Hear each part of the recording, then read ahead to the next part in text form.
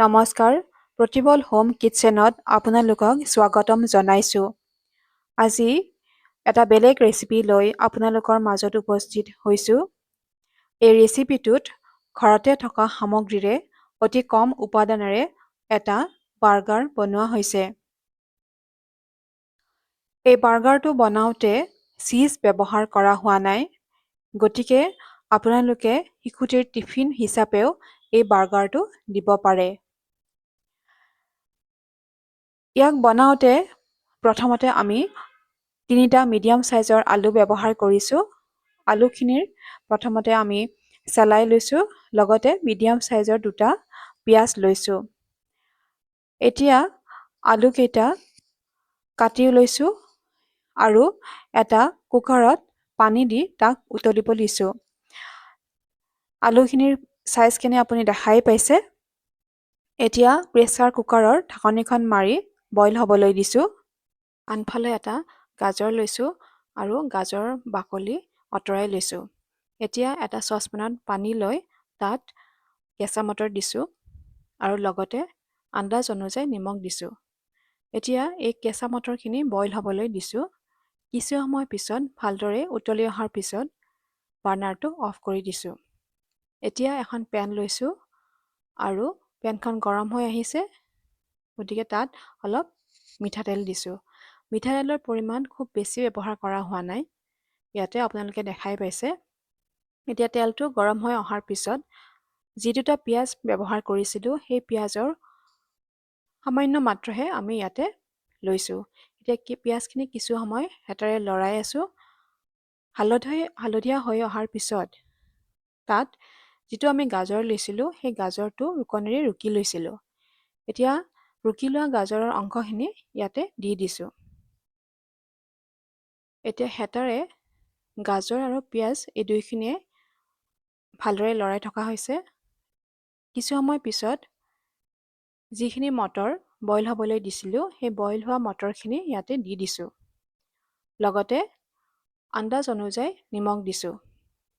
নিমখ আমি ইয়াতে ৰক সল্ট ব্যৱহাৰ কৰিছোঁ আৰু হালধি গুড়ি অলপো দি দিছোঁ। এতিয়া গোটেই কেইপদ উপাদান ভালদৰে মিলি যোৱাকৈ কিছু সময়ৰ কাৰণে হেতাৰে লৰাই আছোঁ।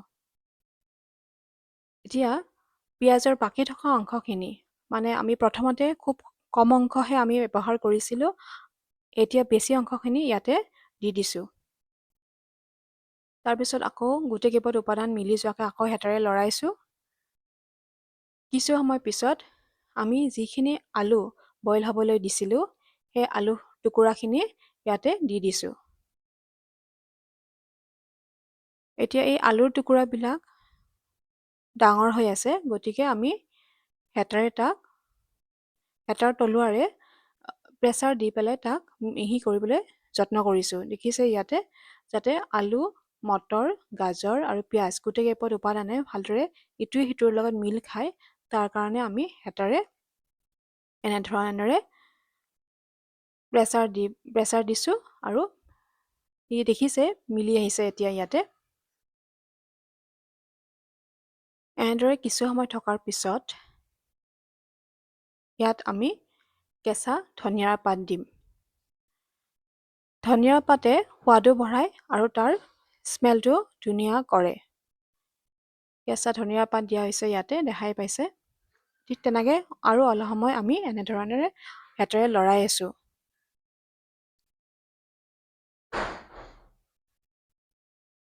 এতিয়া এই মিশ্ৰণটো এটা গ্লাছৰ বাতিত লৈছোঁ আৰু তাৰ লগতে কৰ্ণফ্ল'ৰ পাউডাৰ লৈছোঁ। এতিয়া কৰ্ণফ্ল'ৰ পাউডাৰ আৰু আলু, মটৰ, গাজৰ আৰু পিঁয়াজৰ মিশ্ৰণটো ভালদৰে মিলি যোৱাকৈ হাতেৰে মঠি আছোঁ। আপোনালোকে যেনেকৈ আটা মঠে ঠিক তেনেদৰে ইয়াতো আমি মঠি আছোঁ। ইটোৱে সিটোৰ লগত যাতে খুব ভালদৰে সি মিলি যায়, সেইটো কৰিবৰ কাৰণে আমি কিছু সময় এনেধৰণেৰে থাকিব লাগিব। এই বাৰ্গাৰটো বনাওঁতে আমাৰ উপাদানো বহুত বেছি লগা নাই। এতিয়া দেখাই পাইছে ই অলপ ভালদৰে মিলিছে। ইয়াত কৰ্ণফ্ল'ৰ পাউডাৰ আৰু যিটো মিশ্ৰণ বনাইছিলোঁ গোটেইকেইটা উপাদানে। এতিয়া ইয়াৰ পিছত আমি হাতেৰে যেনেকৈ আপোনালোকে আটাৰ ৰুটি বনাওঁতে প্ৰথমতে এটা লাড়ু বনাই লয়, ঠিক তেনেদৰে ইয়াতে হাতেৰে এটা ডাঙৰ লাড়ু কৰি লোৱা হৈছে। এনেদৰে লৈ পেলাই আমি দুইখন হাতেৰে ইয়াক পিঠা আকাৰত এটা আকৃতি দিছোঁ। এই আকাৰটো আমি আচলতে পিজাৰ যিটো আমাৰ চাইজ হয়, পিজাৰ ব্ৰেডৰ যিটো পিজা ব্ৰেড, সেই চাইজটো আকাৰত আমি ইয়াক আকাৰটো দিবলৈ চেষ্টা কৰিছোঁ। এইটো প্ৰথম বনালোঁ, আৰু এটা আপোনালোকক দেখুৱাই আছোঁ। এয়া চাওক, আমি হাতেৰে প্ৰথমতে ৰুটি বনোৱাৰ নিচিনাকৈ প্ৰথমতে এটা গোলকৈ এটা লাড়ু বনাবলৈ চেষ্টা কৰিছোঁ। এনেধৰণেৰে কিছু সময় থাকি এই লাড়ুটো দুইখন হাতৰ মাজত প্ৰেছাৰ দি পিঠা আকাৰত এটা আকৃতি বনাইছোঁ। এইখন আমাৰ 2 নম্বৰখন হৈ গ'ল। এতিয়া আমি ইয়াতে যিটো বাৰ্গাৰ ব্ৰেড ব্যৱহাৰ কৰিছোঁ সেইটো হৈছে হলচম। এয়া হলচমৰ বাৰ্গাৰ ব্ৰেড দেখুৱাইছোঁ। ইয়াৰ পিছত এটা বাতিত কিছু কৰ্ণফ্লাৱাৰ পাউডাৰ লৈছোঁ, পৰিমাণটো দেখা পাইছে। তাৰপিছত আফুগুটি লৈছোঁ। এতিয়া আফুগুটি আৰু কৰ্ণফ্লাৱাৰ পাউডাৰখিনি চামুচেৰে আমি মিহলাই দিছোঁ। ইয়াৰ পিছত আন্দাজ অনুযায়ী নিমখ দিছোঁ আৰু লগতে পানী দিছোঁ। এতিয়া দেখা পাইছে এটা মিশ্ৰণ তৈয়াৰ হৈছে। এই মিশ্ৰণটোত এতিয়া যিটো আমি পিঠা আকাৰত বনাইছিলোঁ সেইটো ইয়াতে দি দিছোঁ। আনফালে বাতি এটাত 4-5খন মেৰী বিস্কুটৰ আমি গুড়ি কৰি লৈছিলোঁ, মেৰী বিস্কুট, আৰু সেই গুড়ি কৰা মেৰী বিস্কুটৰ মিশ্ৰণটোত যিটো পিঠা বনাইছিলোঁ সেই পিঠাটো আমি ইপিঠি সিপিঠি কৰি পেলাই সেই গুড়িখিনি লগাই দিছোঁ। এইটো এইকাৰণে কৰা হৈছে, যদি আমি বিস্কুটৰ গুড়িখিনি নলগালোঁ হয়, যেতিয়া আমি এই পিঠা আকাৰটি আমি যেতিয়া তেলত দি দিম তেতিয়া কি হ'ল হয় যে কেৰাহীৰ তেলত লাগি গ'ল হয়, হেতাৰে আমাৰ তাক হেতাৰে উঠাবলৈ অসুবিধা হ'ল হয়। সেইকাৰণে আমি বিস্কুটৰ গুড়িখিনিও দিয়া হৈছে। এতিয়া ৰঙচুৱা হৈ আহিব ধৰিছে। এনেদৰে ভালদৰে ৰঙচুৱা হোৱাৰ পিছত তাক আমি হেতাৰে উঠাই লৈছোঁ। দেখাই পাইছে। এতিয়া আমি কেৰাহীত খুব কম পৰিমাণে বাটাৰ দিছোঁ। বাটাৰটো আপোনালোকৰ নিজৰ মতে ব্যৱহাৰ কৰিব পাৰে। ইয়াতে পৰিমাণটো কম পৰিমাণে ব্যৱহাৰ কৰিছোঁ। এতিয়া যিটো বাৰ্গাৰ ব্ৰেড দেখুৱাইছিলোঁ সেই ব্ৰেডটো আমি দুফাল কৰি লৈছোঁ। এতিয়া দুয়োটা পিছে এই বাটাৰখিনিত আমি সেকি লৈছোঁ। এতিয়া ইপিঠি সিপিঠি কৰি দিছোঁ দুয়োটা পিছে। এতিয়া ভালদৰে সেকা হোৱাৰ পিছত দুয়োটা পিচ আমি উঠাই লৈছোঁ।